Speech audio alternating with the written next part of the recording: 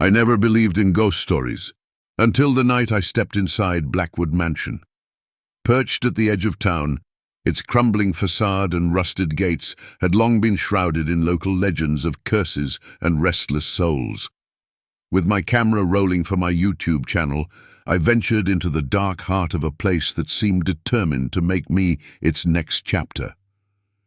The mansion loomed under a bruised sky, its broken windows like empty eyes watching my every move. As I crossed the threshold, the heavy wooden door creaked shut behind me, sealing me into a silence that felt almost tangible. Every step on the warped floorboards sent echoes bouncing through the halls, mingling with faint, almost inaudible whispers that danced around the corners of my mind. In what once must have been a grand parlor, time had left its cruel mark. Faded portraits hung crookedly on peeling walls. Their subjects, forever trapped in expressions of sorrow and dread, seemed to silently plead for release.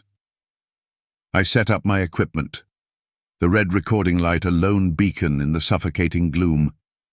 Just as I began to speak into the camera, a sudden chill swept through the room and a shadow flitted across my peripheral vision.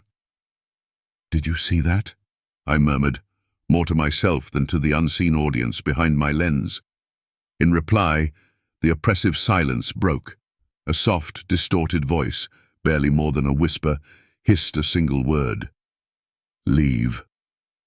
Despite the mounting terror, my curiosity pushed me forward. I followed the disembodied murmur down a narrow, dust-choked corridor. The beam of my flashlight trembled with every step as the voices grew louder, their urgency echoing off the cracked plaster and forgotten memories. Before me loomed a heavy, ornate door, its intricate carvings now marred by time. With a hesitant push, I opened it to reveal a small study cluttered with yellowed diaries and sepia-toned photographs. The pages told a grim tale of a family haunted by an unspeakable presence, a presence that, according to the trembling script, would exact vengeance on anyone who disturbed its slumber.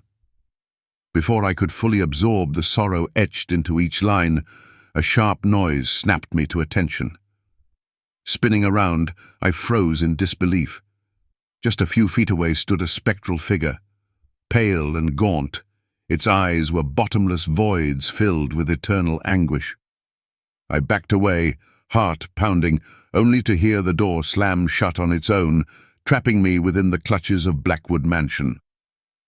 The apparition drifted closer, its form wavering between the tangible and the ethereal.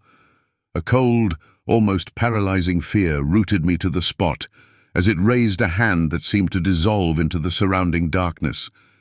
In a voice that mingled sorrow with menace, it whispered, "Your story ends here."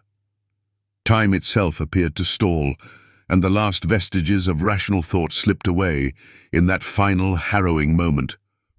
I don't know how I escaped.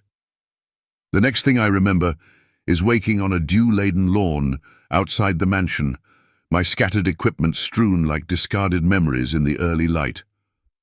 Reviewing the footage later, I found no logical explanation for what I had witnessed, only undeniable evidence of a presence that defied the natural order.